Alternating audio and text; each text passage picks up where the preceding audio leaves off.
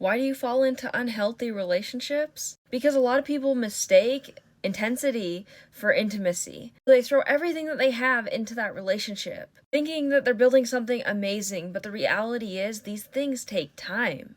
To build a proper foundation for a relationship, it takes a while. And you also have to believe that you can reasonably find a healthy relationship. Otherwise, you'll be more encouraged to stay in those bad ones for way too long. A few tips I can give you to these is take your relationship slow. I know it's exciting, I know those feelings are just intense, and you just want to move things really fast. Take it slow. And I know I'm kind of a hypocrite on this one. I took my current relationship pretty fast, and I feel like that's one of the mistakes we did make, but in some cases it does work out, but that's not the ideal.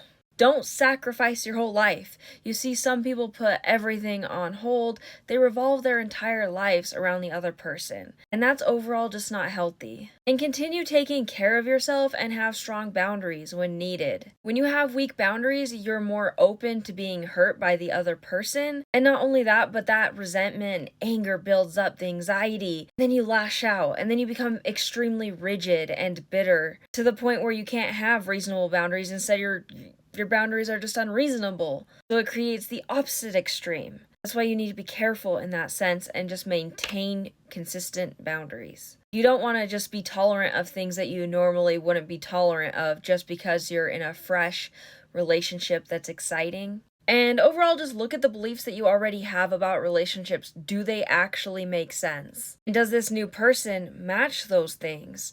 Or are you just kind of forcing them to fit, like trying to force a puzzle piece that doesn't fit into the wrong spot?